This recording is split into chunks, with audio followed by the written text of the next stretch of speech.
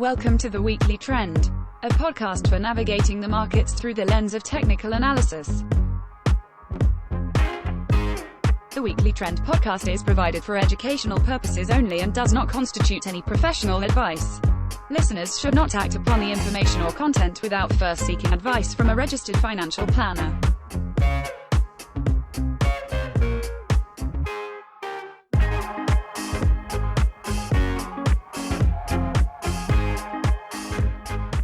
Welcome back to the Weekly Trend podcast.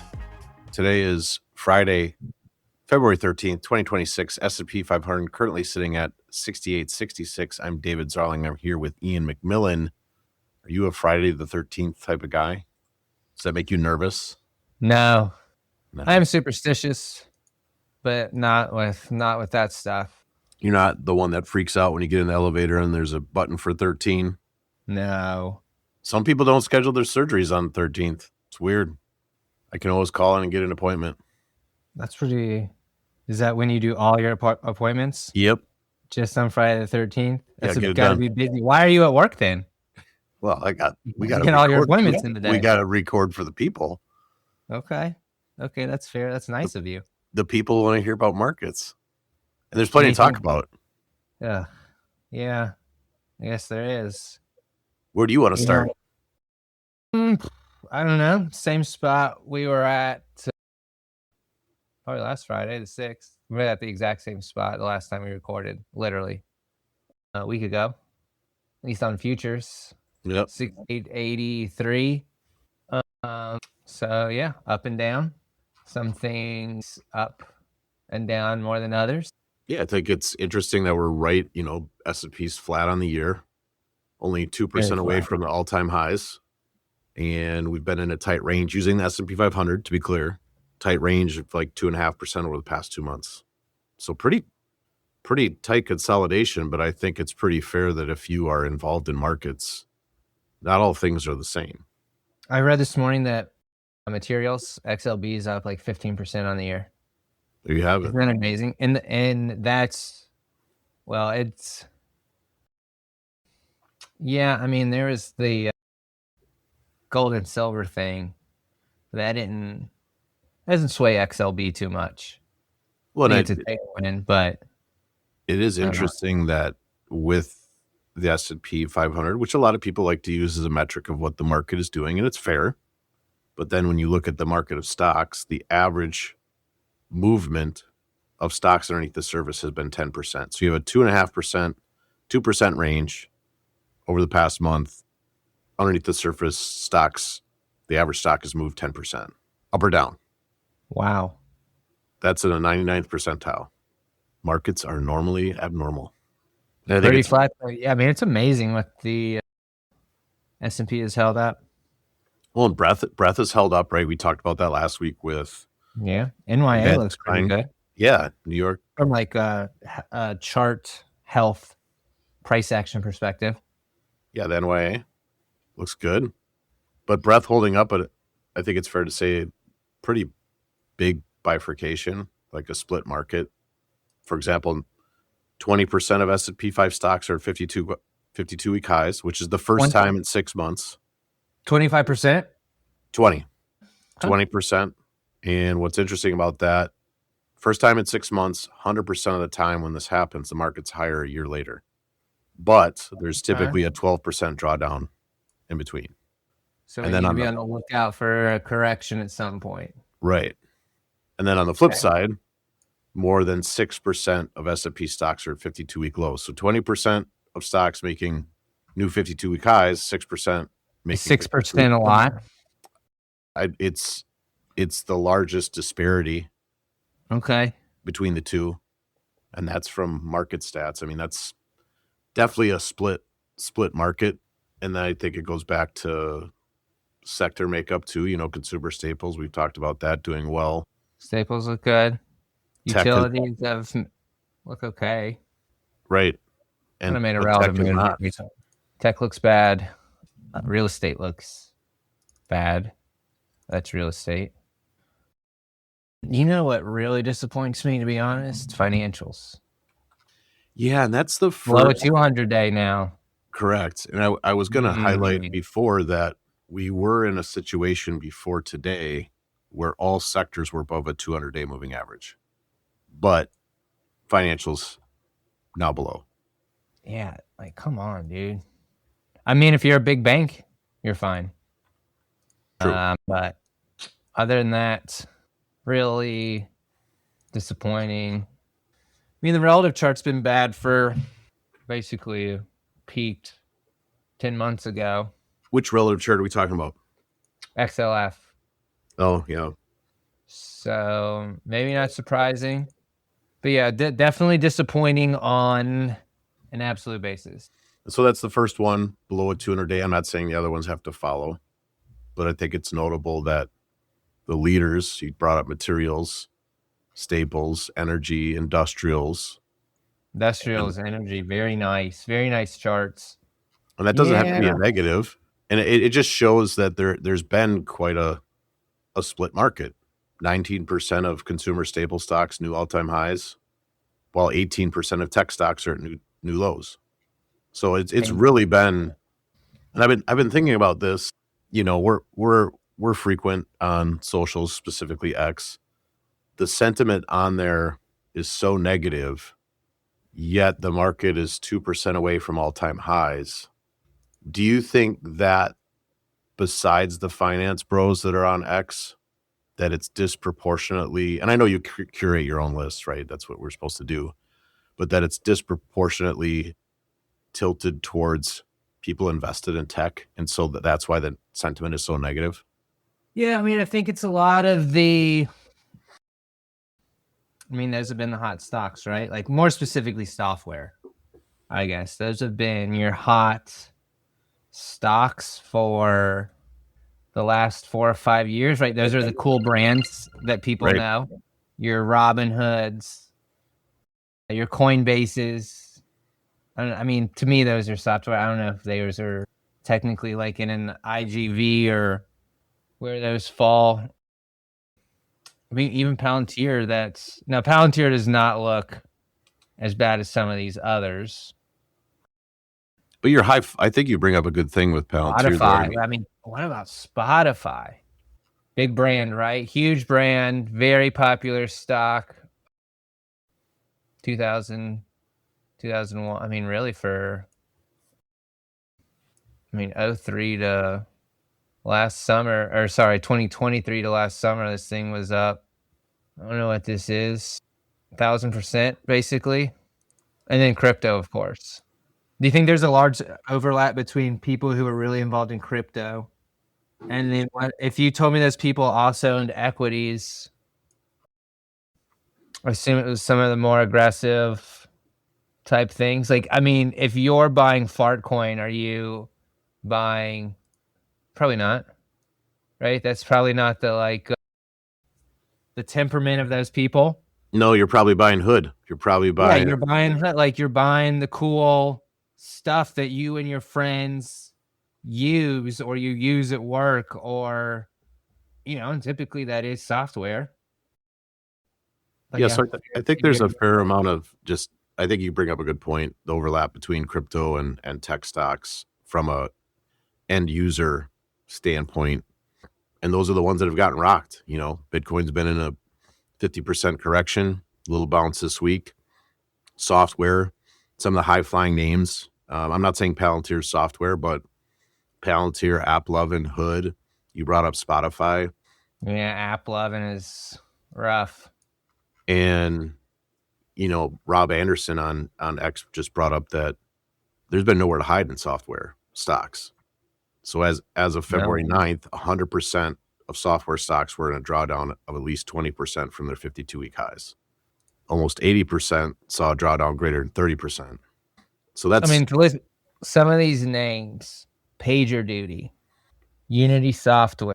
You mentioned, there's Appian, Team. Do you remember Team and Zscaler? Yeah. I mean, these were such popular names. Obviously, Strategy. Strategy is, it's known for crypto, but it is holding an IGV. Yeah, just... Freshworks, HubSpot. HubSpot, Workday, DocuSign, Elastic, Datadog. I mean, Salesforce, 7% weighting in IGV, down 27% year to date. Box, AppFolio. I mean, Oracle's down 27% in the last 3 months.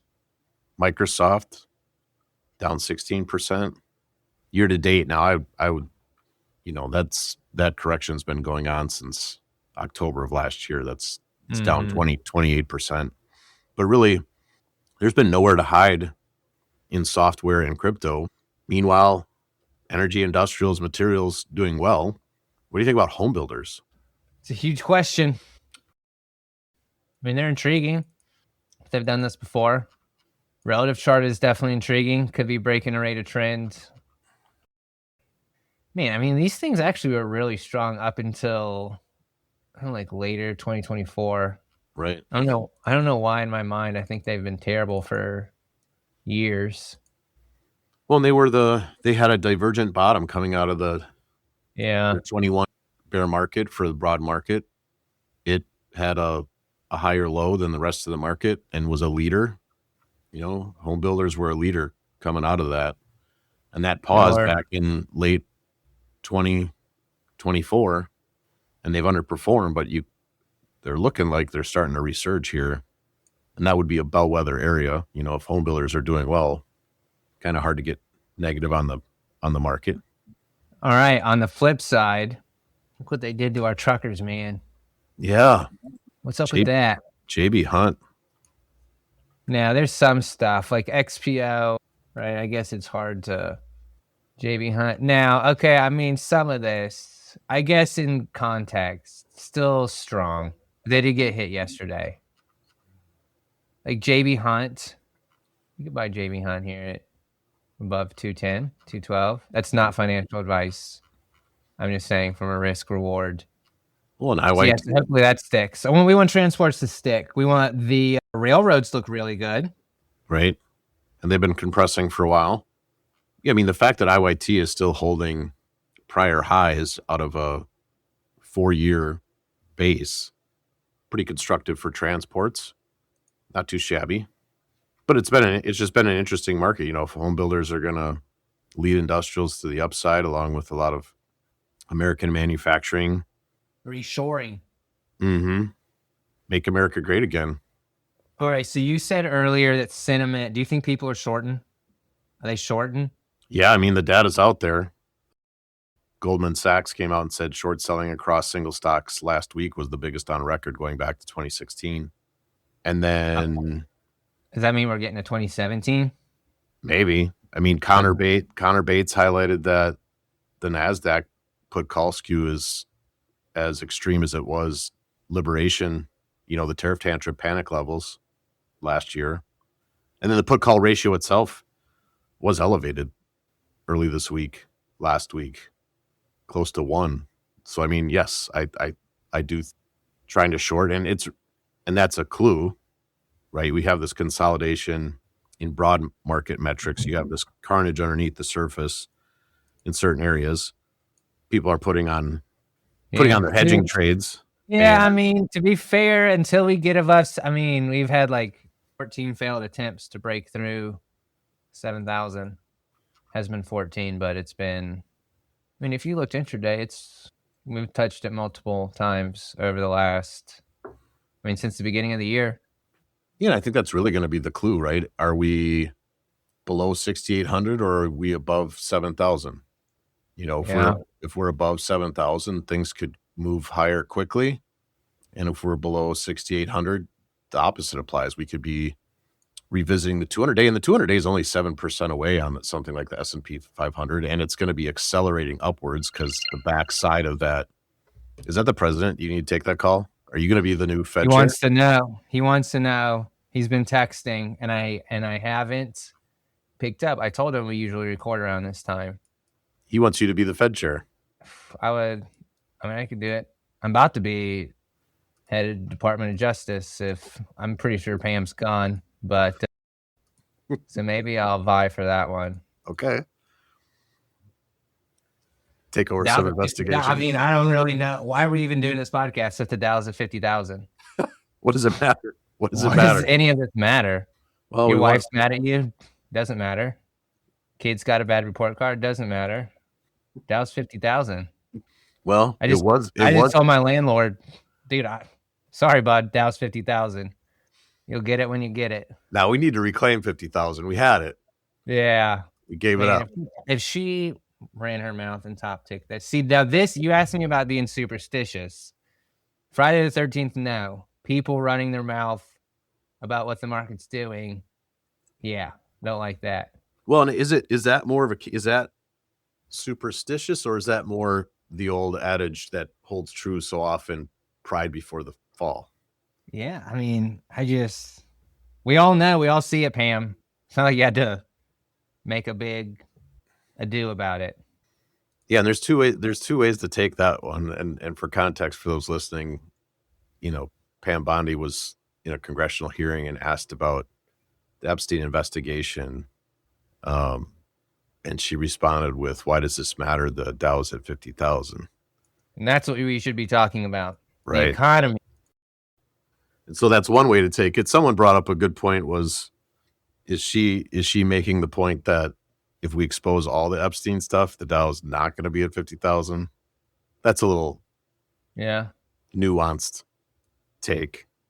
But it is interesting, all the connections Jeffrey had. Lots. Seems like the conspiracy theorists were right once again. Still batting 1,000. All right. Just crazy. All right. So what do you think happens from here? We've been sideways since October. Well, the S&P and NASDAQ have. Other indices, particularly foreign indices. So we are trend followers. We're technicians. And you give the benefit of doubt to the primary trend. So you like to see the consolidation break in the direction of the primary trend. The table is set for that because you've had this flush in tech and software that now has upped the amount of shorts, which all shorts are future buyers when they have to cover. So you stack the firewood. And so if tech rebounds and participates to the upside, the market could move through 6,800 pretty quickly. We have this, come from compression comes expansion. Now the flip side also exists. Were the superstars, the Mag 7 and tech stocks and software stocks, which had been the leaders, now the laggards, was this not rotation, and was it just more alluding to the fact that we're going to catch down? The rest of the market is going to catch down to these things. That'd be the other scenario, but the primary trend is up. And if the consolidation fails, so be it. Position yourself accordingly. And the only way you know if the consolidation fails is if you're a technician. I don't know how you do this if you're out there studying all the macro and fundamental stuff. Well, when the ISM survey breaks down, right? That's when you tell. Yeah, the CPI, all that stuff. But past 3 months, S&P in a narrow range, 6%. It's kind of rare. Only 13% of the time do we do this. Sometimes consolidations mark tops, like 2008, 2022. But other times, really big rallies happen. So it's really about where are we above 7,000? Things can move quickly. Are we below 6,800? That's a problem. So I didn't give you like one definitive like which way, but you kind of have to defer into the direction of the primary trend because I think it's really hard to be short software here. Yeah. At this point, particularly software, maybe even crypto. I don't know. I mean, I wonder if crypto is going to now. I mean, they could bounce pretty nicely and not fix a lot of things. Yeah, they could rally all back to the 200-day and not fix anything. But it's pretty hard to be short software and crypto into the hole. Yeah, you definitely right. So at Bitcoin, we're back at the October 21 highs. Yeah, I don't think here's where you do it. So this is kind of intriguing. This would be a good spot to highlight the supporter of this podcast, the Adaptive Select ETF listed on the New York Stock Exchange under ticker ADPV. which helps investors access two of the most prevalent factors in markets: momentum and relative strength. Using proprietary identification methods, the Adaptive Select ETF attempts to own the strongest 25 large cap stocks when the market is in an uptrend.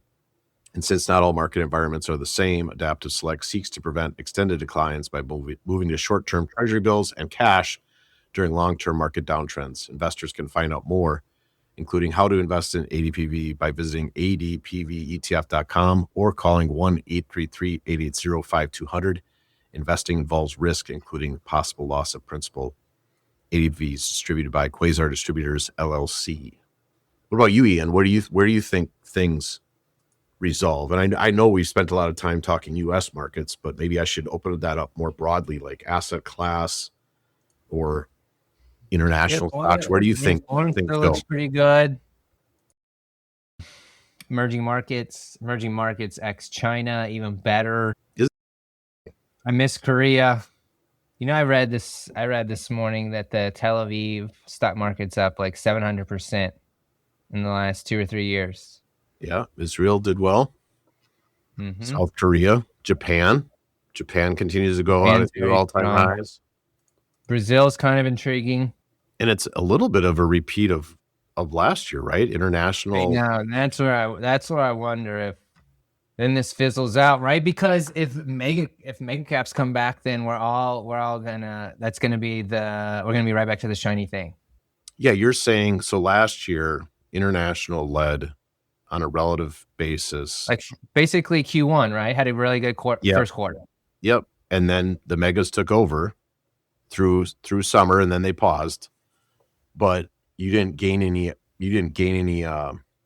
alpha by being international. Yeah, it was a dead relative chart for the remainder of the year. And then now here we are back. International leading again. Is it a Q1 thing? Because the stage is set for first tech. I'd like the dollar to break 96. Yeah, isn't that interesting? I would like the dollar to break 96. I think that'll be a good kick in the pants to keep the emerging markets foreign trade going. Probably, I assume people get back into the precious metals love. I'd love to see. That still might have to work itself off for a bit. Those were pretty parabolic moves. So yeah, it'll be. Well, I even look at, I think you bring up a good point. Leadership out at international start the year, but now your mega cap growth and tech are sitting at levels that they seem to be holding. They've had their downward move, using Coinbase as an example. If that could be the crossover between tech and crypto, if that stock, if Coinbase is holding 166, staying above that and moving higher, pretty hard to be bearish, and it's likely happening in an environment where tech overall is performing very well, and that goes back to no differentiation between U.S. and international if mega caps are doing well. I'm not saying Coinbase is a mega cap. I'm just saying it's a canary that if that's moving higher from these levels. Now, if it's below 166, that's probably a problem for the market as a whole. 150 to 160. No one cares about the Palantir weakness. Just shrugging it off. That's a terrible looking chart. Yeah, below 147. I mean, yeah, I can see it, of course. I mean, I say that, and then I followed up with, yeah, it could bounce. Yeah, it could. But, I mean, below the 200-day, the 200-day is going to start flattening out here unless there's some super drastic price recovery in the next month. Well, I think if Coinbase is the overlap between tech and crypto, Palantir is probably the overlap between tech and AI. Yeah, could be. I could see that. Although you brought up a good point. So obviously IGV, expanded tech software. I forgot didn't they get rid of PSJ? I forgot what they called it now. IGBT. Oh, that's right. Okay. So that's perfect. So IGV is your like classic 2020, 2021 hot software. Terrible. Absolutely demolished since Halloween. What is this down? I mean, 31%, 32% at the lows, roughly. Obviously, we're bouncing the last day or so. Then you brought up iGPT, which is software, but with an AI tilt. And there's only 15% overlap in those ETFs, and it is interesting. I mean, Yeah, it's the new age. Maybe. I mean, IGV as an example is more weighted towards Adobe, more weighted toward Microsoft and Salesforce and Oracle and Intuit and Palo Alto. These are older names, right? CrowdStrike. Whereas Yep. IGBT is tilted towards NVIDIA. That's an older name, but like you said, AI. Yeah, more semiconductors, some hardware like Seagate, a lot of stuff I've never heard of, some foreign, like Lattice Semiconductors, Micron or microchip technology. South Korean semiconductor like Hynix, which has been on it there. Electric. So yeah, not all software is the same, but it's also the makeup of, like, I would call IGV pure software. Like I'm not seeing a semiconductor name in there, whereas IGBT does have semiconductors in there, and semiconductors have held up well. They have. I mean, it's hard. They've definitely held up well. I feel like healthcare's held up well. Pharmaceuticals held up well. Biotech. I think like XPH might be getting a new relative high today. We'll see. So healthcare holding up, but yeah, I mean, semiconductors holding up well. So it's really a tale of two industries there, software versus semiconductors. You brought up a good point about hardware. Another one that's been a leader, and I'm not sure if we've lost it yet. I don't know what to think about it. I mean, it's hard to say we've lost it as a leader, but it would be aerospace. Okay. Kind of curious. I mean, I guess I kind of put it in the same bucket as semis. And are you talking like pure aerospace, or are you talking aerospace and defense? Yeah, aerospace, like an ITA. Yeah.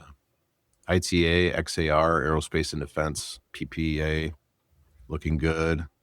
And I know, whether you're looking at UFO or ROKT, kind of more pure space plays, kind of no one's used SPCE as a ticker.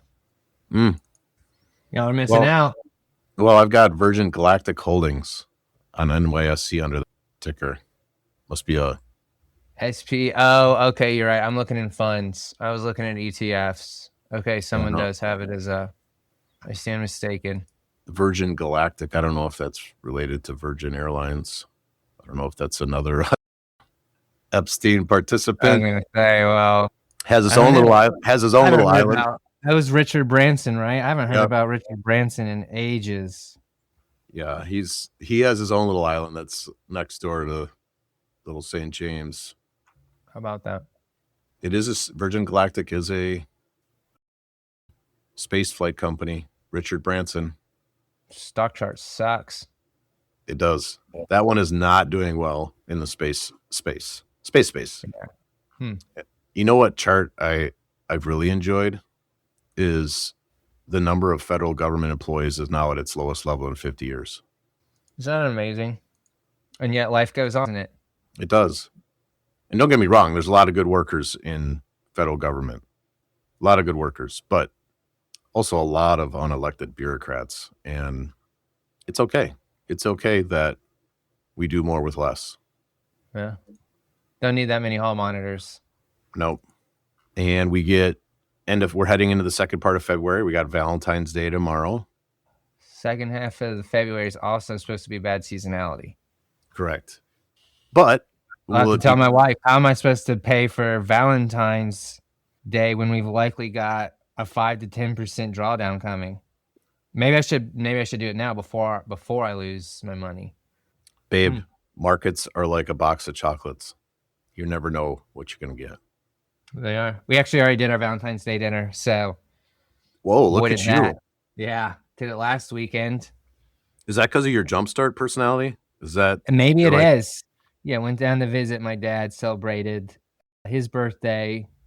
Oh, nice. Let the get some grandparent time, and my wife and I went out, killing lots of birds with this one stone, potentially 4 birds. Wow. So it was great. Multitasking at its finest. And my wife says I can't multitask.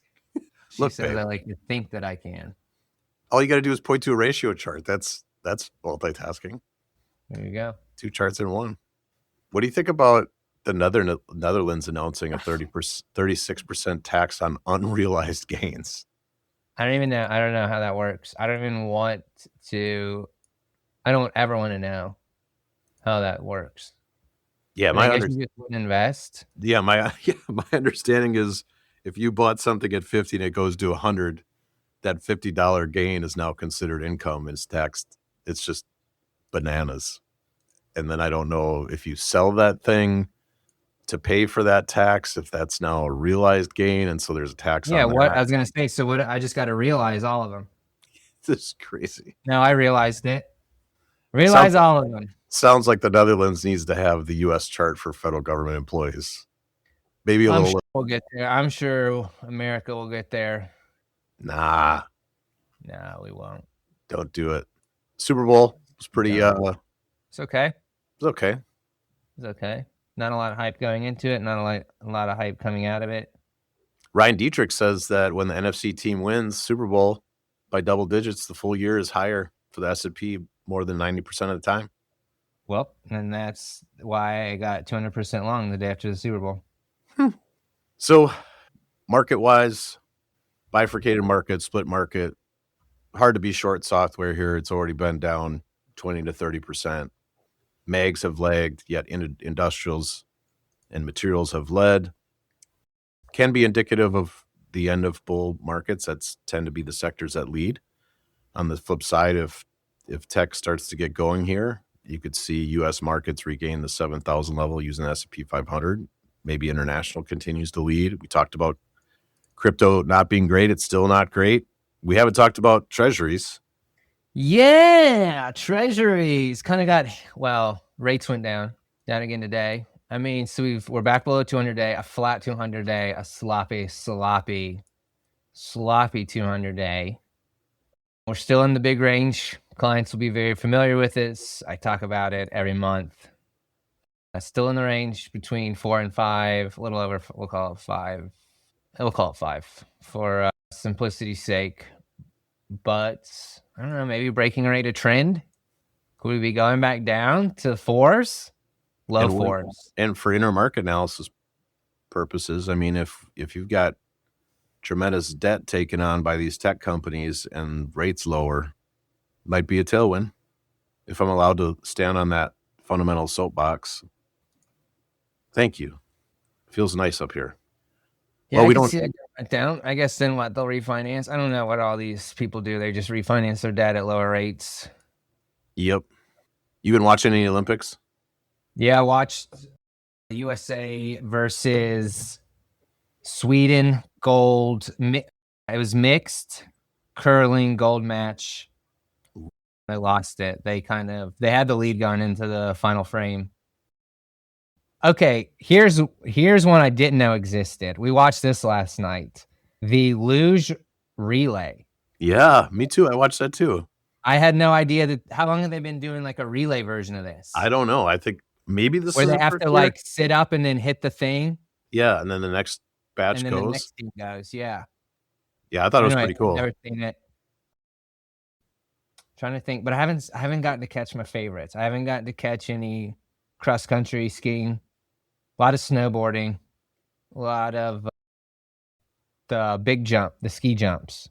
Yeah, those are fun. Quinn is fascinated by half pipe is great. Yes, so many good sports, so much fun. My kids like to see him wipe out on the snowboard. That's what they find humorous. They're there for the Schadenfreude. They're there for the agony of defeat. Oh, isn't it so? And it's all good. How many? So when you get Summer Olympics. It's like, oh, look at this 19-year-old from Houston, Texas. Third fastest kid in the world. And then Winter Olympics, it's like, oh, here's this 43-year-old mom who does she won gold in cross country skiing and shooting at little metal targets. The biathlon. And she has a part-time job. The guy in the Summer Olympics, he's sponsored by Nike, and this lady has like a full-time accounting job. She's a CPA. It's a fascinating, like, it is the type of athletes you get. Now, clearly, yes, there's lots of young athletes in the Winter Olympics, especially in like the snowboarding and all that. But yeah, just the backstories of winter, they're just like really. It's definitely more. Yeah, pretty diverse. I mean, local Wisconsinite Jordan Stoltz from Kewaskum, not far from here, won gold in skating. Really? Skating. Yeah, speed skating. Yeah, it was pretty sweet. I have a feeling he does it full time. I don't think he's got an accounting job. But your point is made. I mean, like, you're right. Yeah, you could probably get sponsored, I guess, for speed skating. I'm not asking. You're close. So it's a fun time of year. College baseball starts. Pitchers and catchers report for MLB. We got the World Baseball Classic coming up. We talked about Valentine's Day. We get a 3-day weekend. Markets closed on Monday. Pretty nice. I'll take it. We all will. Well, Ian, I appreciate you doing this again with me this week. And we'll see what the buyers and sellers decide to do here between 6,800 and 7,000 on the S&P, whether some of the software catches up and recovers, or whether the leadership that it's established year to date continues. The good news is we get to find out more information next week. So we appreciate everybody listening. Please share it with your friends and family. Give us a high ranking on your platform of choice. That means a lot to us. Have a great weekend, everyone.